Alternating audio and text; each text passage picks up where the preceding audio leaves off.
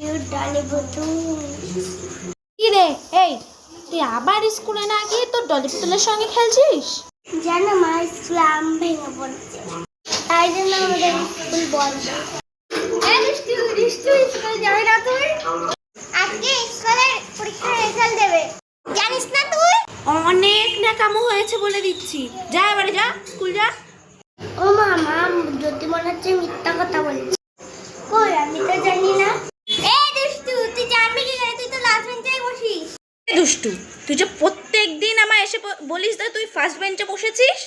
তিজতি, তোদের ক্লাসের মনিটর কে রে? দুষ্টু।